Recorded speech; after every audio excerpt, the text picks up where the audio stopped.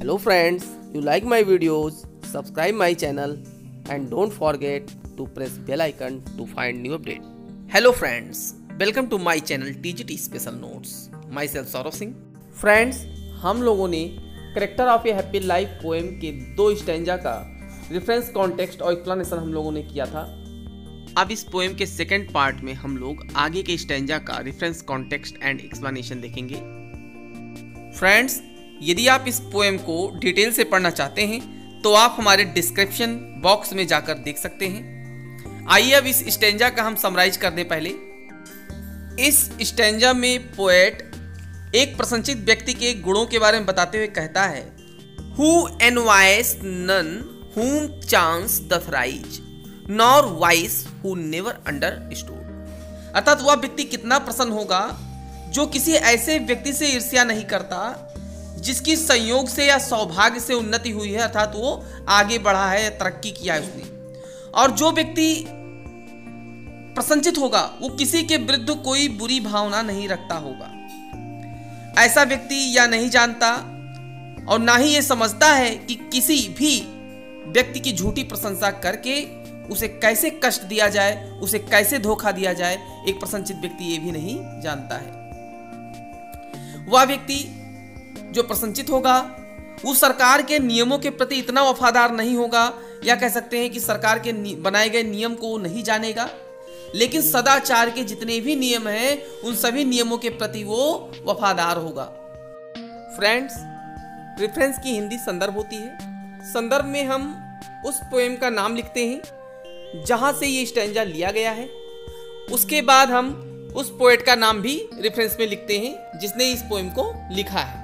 तो इसका रेफरेंस है, this stanza refers to the famous poem Character of a happy Life composed by sir Henry Wotton. यहाँ composed by का हम प्रयोग करेंगे क्योंकि ये एक पोएम है. यदि ये एक पैसेज होता तो हम यहाँ पर रिटन बाय का भी प्रयोग कर सकते थे. आइए इस रेफरेंस को हम अच्छी तरीके से समझते हैं. दिस स्टैंजा, यह पंक्ति, रिफर्स टू मतलब होता है ली गई है, टू द फेमस पोएम प्रसिद्ध कविता character of a happy life प्रसन्नचित जीवन के चरित्र से, composed by son Henry Wotton, जिसको सर हेनरी वुटन ने कंपोज किया है.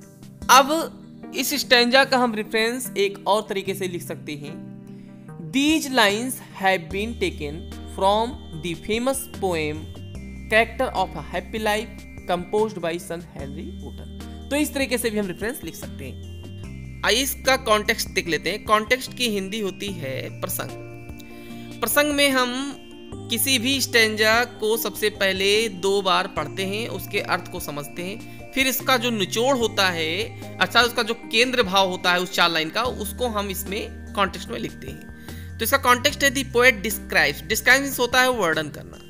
कवि वर्णन करता है the character of a happy man, एक प्रसन्नचित व्यक्ति के चरित्र के बारे में कि एक प्रसन्नचित व्यक्ति का चरित्र कैसा होना चाहिए. अ happy man is always free, honest and truthful, एक प्रसन्नचित व्यक्ति हमेशा स्वतंत्र रहता है, ईमानदार रहता है और सत्यवादी होता है. He is careful of letters, वो चापलूसों की चापलूसी की परवाह नहीं करता, अर्थात उसको चापलूसों से दूर रहता है. He is never proud of himself, और एक प्रसन्नचित व्यक्ति कभी भी अपने ऊपर घमंड नहीं करता है. तो ये हो गया इसका कॉन्टेक्स्ट. आइए अब इसका एक्सप्लेनेशन देखते हैं. आइए अब इस स्टैंजा का हम एक्सप्लेनेशन देखते हैं. एक्सप्लेनेशन की हिंदी होती है व्याख्या. अब हम इस 4 लाइन का जो पोएम है इसको हम बढ़ा चढ़ाकर इसमें एक्सप्लेन करेंगे.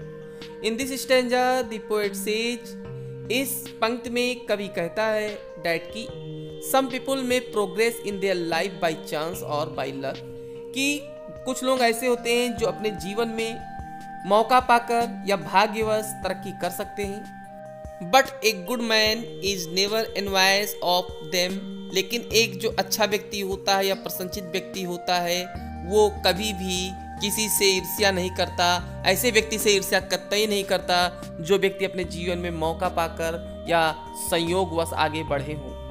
So he is a happy man, यही कारण है कि एक प्रसन्नचित व्यक्ति हमेशा प्रसन्न रहता है. He understands, वह समझता है that की false praise causes deep wounds, कि झूठी प्रशंसा करने से केवल लोगों को दुख या कष्ट ही होता है. Which can not be held up, held में होता है स्वस्थ होना या भरना, अर्थात ऐसे व्यक्ति जो किसी की प्रशंसा करते हैं, झूठी प्रशंसा करते हैं, वो केवल दूसरों को दुख पहुंचाते हैं, उनके घाव को भर नहीं सकते हैं। इसलिए अ मैन एक ऐसा व्यक्ति जो प्रसन्न होता है, who is careful of his prize, जो अपनी प्रशंसा के प्रति सावधान होता है, इज ऑलवेज हैप्पी, वही हमेशा खुश रहता है। एवरीबडी ओबेज, प्रत्येक व्यक्ति पालन करता है आदेश का, द रूल्स ऑफ गवर्नमेंट, सरकार के बनाए गए नियमों का, बाई फोर्स, दबाव में आकर। लेकिन जो प्रसन्नचित व्यक्ति होता है वो सरकार के नियमों का दबाव में आकर पालन नहीं करता, अर्थात वो सरकार के नियमों से नहीं डरता।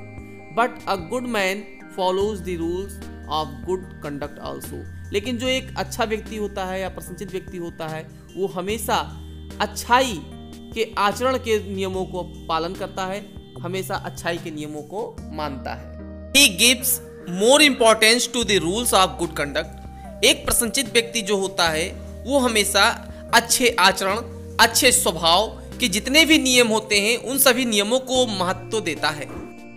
And has no fear of any legal action to be taken against him, और वो किसी भी वैध कार्य को करने के लिए डरता नहीं है, चाहे वो कार्य उसके विपरीत ही क्यों ना हो।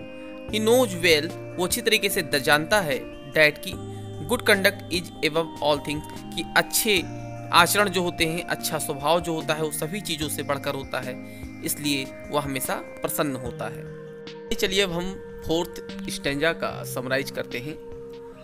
पहले इसकी हम हिंदी अच्छी तरीके से समझ लेते हैं चारों लाइन की।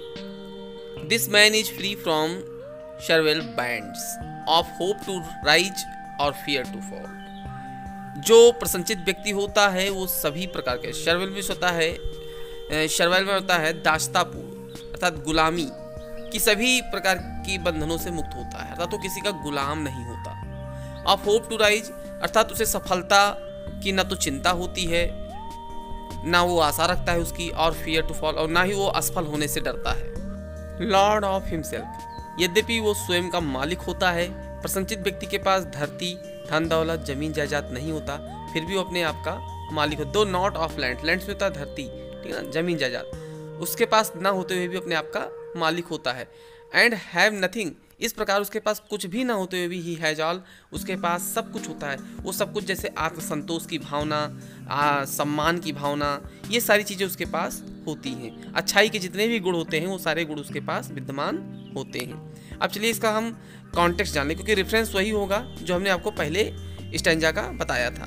तो इस स्टैंजा के कॉन्टेक्स्ट में जो पोएट है वो कहता है कि in these lines the poet describes the character of happy life, एक प्रसन्नचित जीवन के चरित्र के बारे में यहाँ कवि वर्णन करते हुए कहता है, ही सेज दैट कि honesty, truthfulness and sincerity are the main qualities of a happy man, कि ईमानदारी, सत्यता और गंभीरता एक प्रसन्नचित व्यक्ति का महत्वपूर्ण गुण होते हैं। The man who passes his time in reading books or in the company of good people is always happy, जो व्यक्ति अपना ज़्यादा से ज़्यादा समय अच्छी किताबों को पढ़ने में, अच्छे लोगों के बीच में बिताता है, ऐसा व्यक्ति हमेशा प्रसन्न होता है।